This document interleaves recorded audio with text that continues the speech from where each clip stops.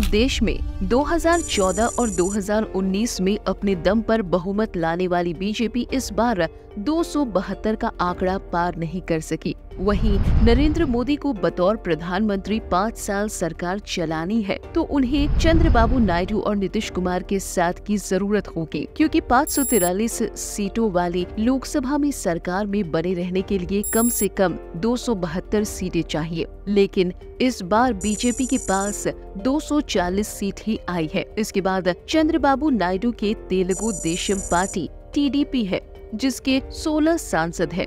तीसरे नंबर पर नीतीश कुमार के JDU है, जिसके पास 12 सीट है। यानी नायडू और नीतीश के पास कुल 28 सांसद है। लिहाजा NDA की सरकार बनी रहे, इसीलिए प्रधानमंत्री नरेंद्र मोदी को दोनों का साथ बहुत जरूरी है। ऐसे में जानते हैं कि नीतीश कुमार और चंद्रबाबू नायडू के PM मोदी के कैसे रिश्ते रहे हैं। मोदी नीतीश की जोड़ी, मोदी और नीतीश के बीच रिश्ता काफी पहले से ही उतार चढ़ाव भरे रहे हैं। 2010 के विधानसभा चुनाव के दौरान भी नीतीश ने मोदी को बिहार में प्रचार करने नहीं दिया था। जून 2010 में पटना में बीजेपी की राष्ट्रीय कार्यकारिणी की बैठक होनी थी। इससे पहले पटना के अखबारों में विज्ञापन छपे, जिसमें नरेंद्र मोदी को नीतीश कुमार के साथ हाथ मिलाते हुए देखा गया था। इससे नीतीश इतने नाराज हुए कि उन्होंने बीजेपी नेताओं के लिए डिनर का प्रोग्राम कैंसिल कर दिया था। इतना ही नहीं, इसके बाद नीतीश ने कोसी बाढ़ राहत के लिए गुजरात सरकार से मिला 5 करोड़ रुपए का चेक भी लौटा दिया था। नरेंद्र मोदी और नीतीश कुमार के खट्टे रिश्ते खुलकर 2013 में सामने आए थे।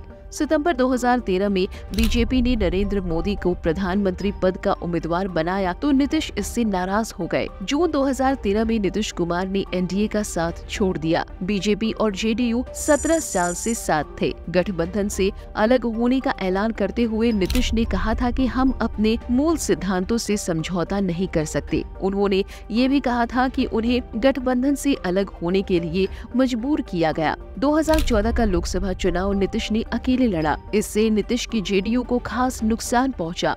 हार की जिम्मेदारी लेते हुए नीतीश ने मई 2014 में मुख्यमंत्री पद से इस्तीफा दे दिया। इसके बाद 2015 का विधानसभा चुनाव उन्होंने लालू यादव की RJD के साथ मिलकर लड़ा था। नीतीश लालू की जोड़ी चल पड़ी और बिहार में JDU RJD की सरकार बनी। लेकिन 2 साल बाद ही जुलाई 2017 में नीतीश पलटी मारते हुए दोबारा NDA में आ गए। NDA में आने के बाद 2019 का लोकसभा और 2020 का विधानसभा चुनाव उन्होंने बीजेपी के साथ मिलकर लड़ा। 2020 में बिहार में NDA की सरकार बनी, लेकिन फिर अगस्त 2022 में उन्होंने पलटी मारी और RJD के साथ मिलकर सरकार बनाई। इसी साल जनवरी में नीतीश कुमार ने U-टर्न लेते हुए RJD का साथ छोड़ा और फिर NDA में आ गए। मोदी नायडू की दोस्ती।